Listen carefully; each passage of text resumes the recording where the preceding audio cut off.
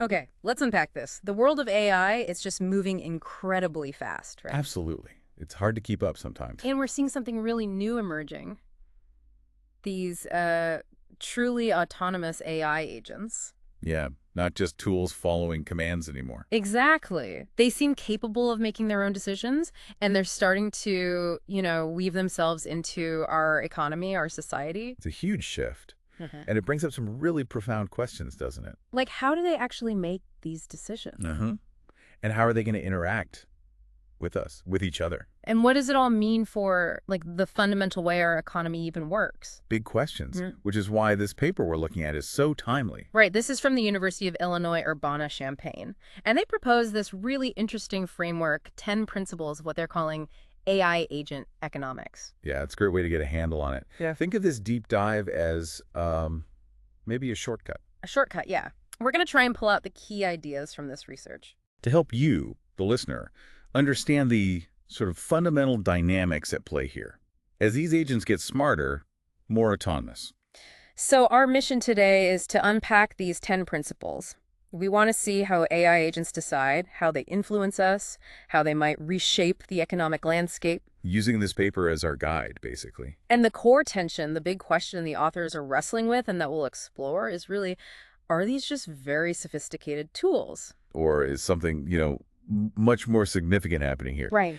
And the paper sets the scene really well, just reminding us how rapid the progress has been. I mean, think back to the 2010s. AlphaGo, mastering Go, specific complex tasks. Exactly. But then the 2020s hit, and we got these large language models. And the authors make a great point. Scaling up compute wasn't just about making things incrementally better. No, it unlocked this ability for programs to tackle general-purpose problems. Language, code, complex queries. At levels that genuinely match, sometimes even surpass, human abilities in those specific areas.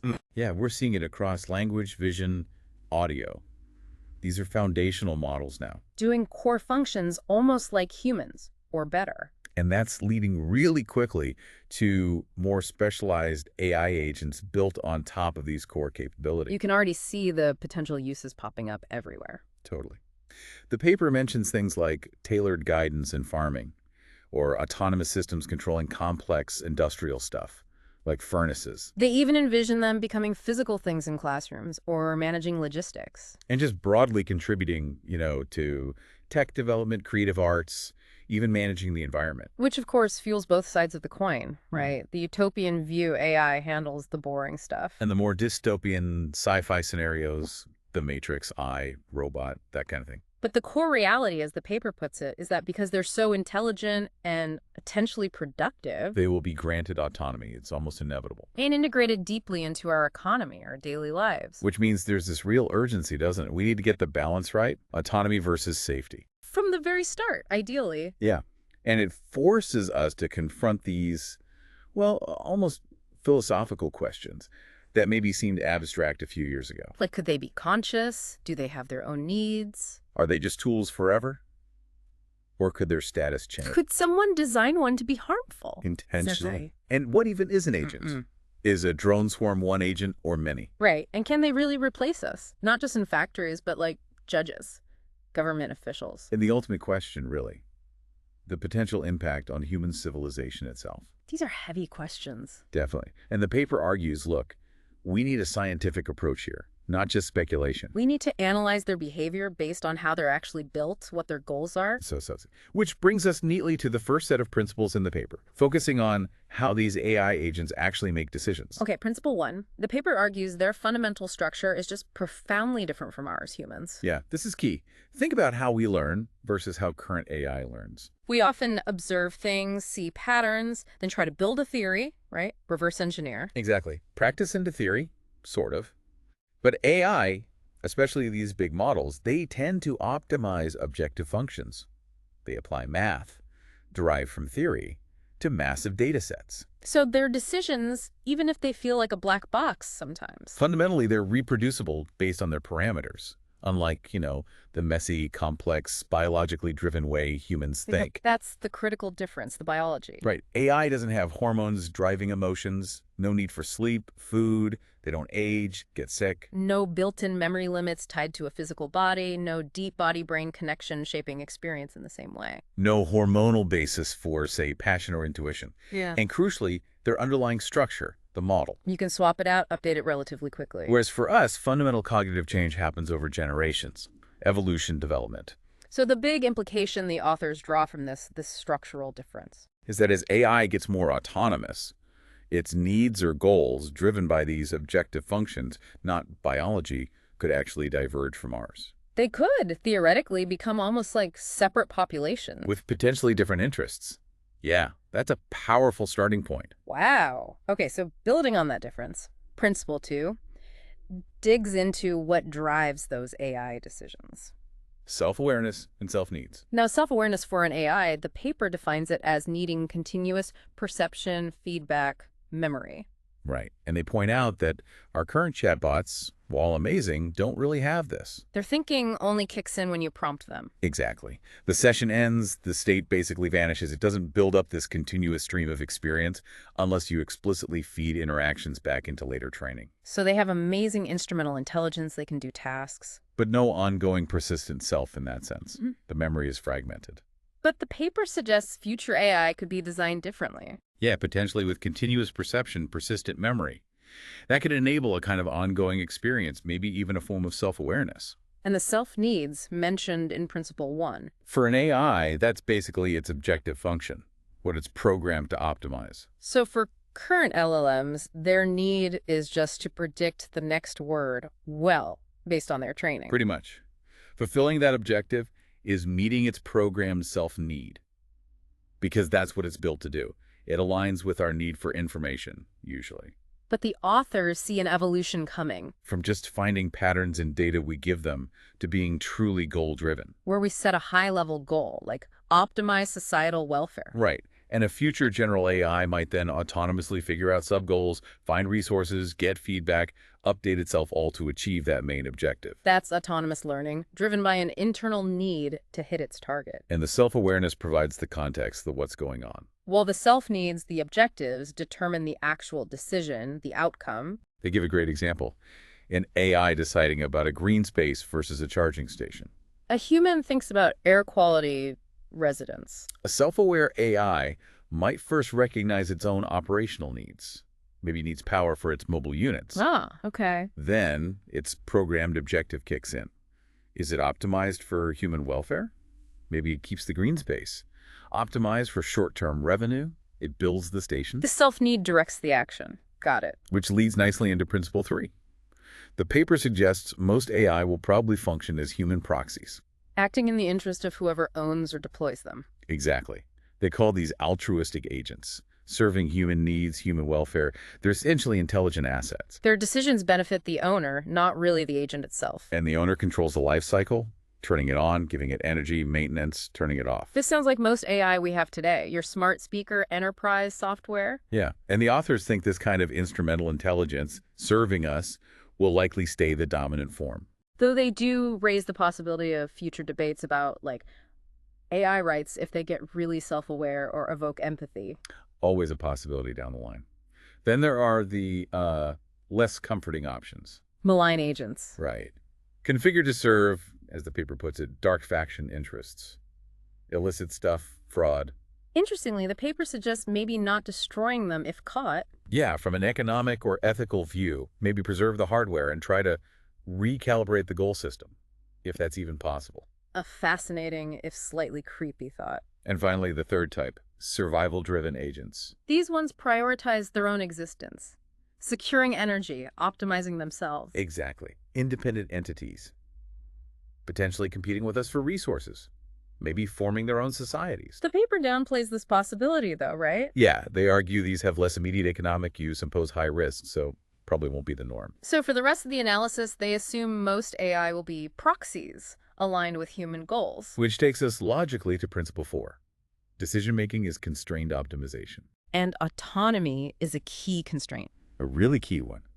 And they distinguish between autonomy as Capability, having the knowledge to make a good decision. versus autonomy as a right, the actual authority to act independently, allocate resources, implement things without constant human checks. And the focus here is on that right, that granted authority. Because when we grant that authority, we implicitly accept accountability, don't we? Totally. You turn on full self-driving, you're accepting the potential consequences if the algorithm messes up. Using AI in teaching, judging, military, you're accepting outcomes stemming from its design, biases, and all. It's a clear trade-off. Less autonomy might feel safer, more predictable. But it also limits the AI's ability to find the best solution, maybe a really innovative one. Exactly. You're balancing decision quality against those safety margins. Like giving your AI assistant access to everything, calendar, browsing, emails. It could offer amazing personalization, but the privacy risks shoot way up with that level of autonomy over your data. Or the classic Asimov example. A rigid, harm no human rule might stop an AI police officer from neutralizing a real threat. But then, full autonomy for weaponized systems. Huge ethical and reliability questions. Autonomy is power, but it comes with risk. Okay, let's shift gears a bit. The paper then looks at how AI agents influence other intelligent participants. Meaning us, basically. Humans. Principle 5 highlights this coexistence. AI and humans influencing each other in shared environments, a dynamic system. And this is where the learning dynamic really flips, or starts to. Historically, AI learned from us. We trained them, gave them data. Knowledge flowed from humans to AI. But as AI gets super intelligent in some areas, they become the source of new knowledge for us. So short-term, AI learning from us is good. But long-term, us learning new things from AI could be just as, maybe even more, valuable. And beyond just learning, their decisions will change our lives, materially and intellectually. Materially, yeah, think AI in production, farming, logistics, smart homes, city planning. They'll directly shape the physical world, affecting energy use, traffic, waste, maybe even how cities are laid out. And intellectually. AI tutors shaping knowledge, maybe values. AI media shaping public opinion, culture, extending beyond just filter bubbles. It's definitely a two-way street of influence. Which leads right into Principle 6. Cooperation and competition is going to happen. Between AI agents and between AI and humans. And it's fundamentally driven by the interests of whoever they represent. So assuming the dominant case AI as human proxies. Then cooperation or conflict between AIs just mirrors whether the human interests they serve are aligned or not. Right. If my AI is optimizing my resume and your AI is screening candidates. My AI competing for the job serves my interest, potentially disadvantaging you. But if our AIs work for the same company, they might cooperate on a project. Unless different departments are competing for budget, then the AIs might reflect that conflict too. The paper stresses the morality isn't in the AI tool itself. No, it's in the human ambition or goal being served. But what about the other scenario, the survival-driven AI? Well then the picture changes dramatically, as the paper notes. That's the less likely, but more concerning case. Humans and AI become like competing species. Pretty much. Competing for resources, power, compute. Governed by a kind of survival of the fittest. Interactions become collaboration, conflict, adjustment driven by the AI's own need to exist and grow. Really underscores why the type of AI matters so much. Okay, final section.